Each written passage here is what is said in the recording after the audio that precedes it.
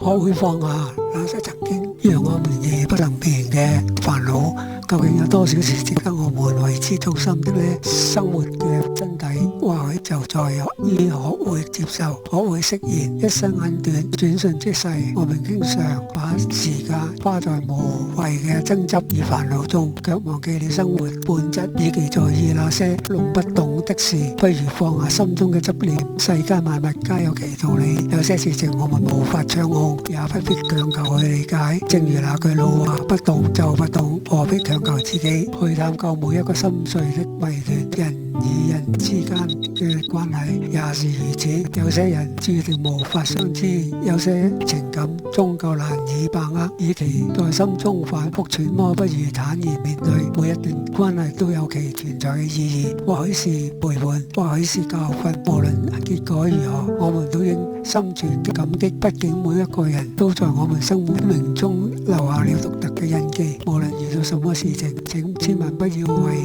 難自己。生活本就充滿挑戰，我們不必再給自己增添負擔，有自己想走嘅路，做自己想做嘅事，愛自己想愛嘅人，這樣嘅選擇才是對生命最好嘅尊重。人生嘅旅途不在於走得多遠，而在於走得多真實。每一步應是心之所向，才能不負此生。別為難，就是對自己最好的報答。這是我逐漸領悟的道理。生活中的每一次選擇，每一份堅持，都是對自我的一種肯定。我們不必迎合他人嘅期待，不必在意外界嘅評判，只是心中有愛，腳下有路，便是最好嘅生活。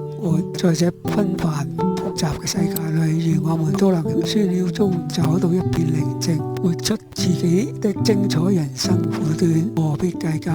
讓我們以一個平常心去迎接每一個晨曦，去珍惜每一個瞬間。因為活着，除了人生死真的無大事。人生如夢，時光荏苒，越是走過歲月的長河，越是感受到生命嘅脆弱與珍貴。我們常常被瑣碎嘅煩惱所困擾，似乎每一件小事都能成為我們心中嘅大山，壓得我們喘不過氣來。然而仔細想想，除了生與死，真的沒什麼值得我們過於計較的。生命是一種減法，我們不知道下一秒會發生什麼，或許是一個意外嘅驚喜，或許是一個突如其來嘅變故。在這種不確定中，我們更應該學會放下那些曾經讓我們夜不能眠的煩惱。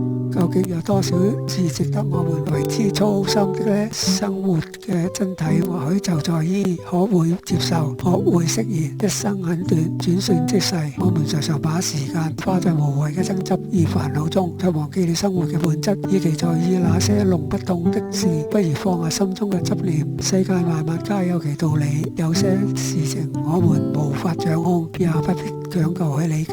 正如那句老話，懂就不懂，何必強求自己去探究每一個心碎嘅謎團。人與人之間關係也是如此，有些人注定無法相知，情感終究難以把握。與其在心中反覆揣摩，不如坦然面對。每一段關係都有其存在嘅意義，或許是陪伴，或許是教訓。無論如何，我們都應心存感激。畢竟每個人都在我們生命中留下了獨特嘅印記。無論遇到什麼事情，請千萬不要難為自己。生活本就充滿挑戰，我們不必再給自己增添負擔，走自己想走嘅路，去做自己想做嘅事，愛自己想愛嘅人。這樣嘅選擇才是生命最好嘅尊重。人生嘅旅途，人在於走得多遠，而在於走得多真實。每一步都應是心之所向，才能不負此生。別為難，就是對自己最好嘅報答。這是逐漸領悟的道理。生